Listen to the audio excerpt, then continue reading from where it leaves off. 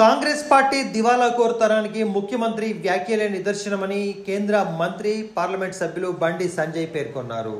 రైతుల హామీలన్నీ గాలికి వదిలేసేయం కాకుండా వృద్ధులకు 4000 పెన్షన్ కూడా ఇప్పటికీ ఇయ్యలేదని, మహిళలకు నెల 2500 రూపాయలతో పాటు తులం బంగారం మాట ఏమైందని బండి సంజయ్ ఈ సందర్భంగా ప్రశ్నించారు. ముస్తాబాద్ మండలంలో జరిగిన మీడియా సమావేశంలో ఆయన మాట్లాడుతూ కాంగ్రెస్ ఎమ్మెల్యేలు మంత్రులను ఎక్కడికక్కడ రేపటి నుండి నిలదీస్తామని, మోసాల కాంగ్రెస్ను వదిలిపెట్టబోమని ఈ సందర్భంగా పేర్కొన్నారు.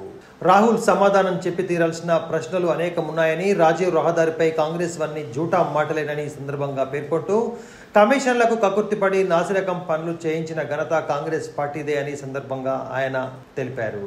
ఎల్లారెడ్డిపేటతో పాటు ముస్తాబాద్ మండలంలో ఆయన మంగళవారం రోజున పర్యటించారు. తెలంగాణ రాష్ట్ర వ్యాప్తంగా చర్చ జరుగుతుంది. రాష్ట్ర ముఖ్యమంత్రి గారు వ్యాఖ్యలు చేసిన తర్వాత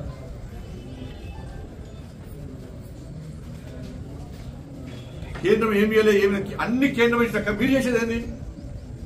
ఇచ్చేదంతా కేంద్రమే. శ్వేతపత్రం విడుదల చేయమన్నాం, మేము చేస్తామన్నాం. ఏమైంది?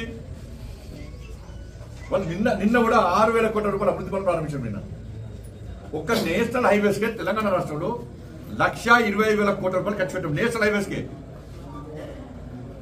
రైల్వేస్ అభివృద్ధికి, రైల్వే కొత్త నిర్మాణాలు, రైల్వే స్టేషన్లకు 32,000 కోట్లు ఖర్చు పెట్టినాం తెలంగాణ రాష్ట్రానికి. ప్రధానమంత్రి కలుస్తున్నారు, మంత్రులు కలుస్తున్నారు, డిమాండ్లు పెడుతున్నారు.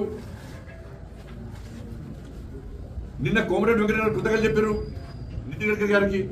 అంతకుముందు రైల్వే మినిస్టర్ కృతజ్ఞతలు చెప్పారు. మంత్రులు అందరికీ కృతజ్ఞతలు చెప్తారు తెలంగాణ రాష్ట్ర అభివృద్ధి సహకరిస్తున్నందుకు.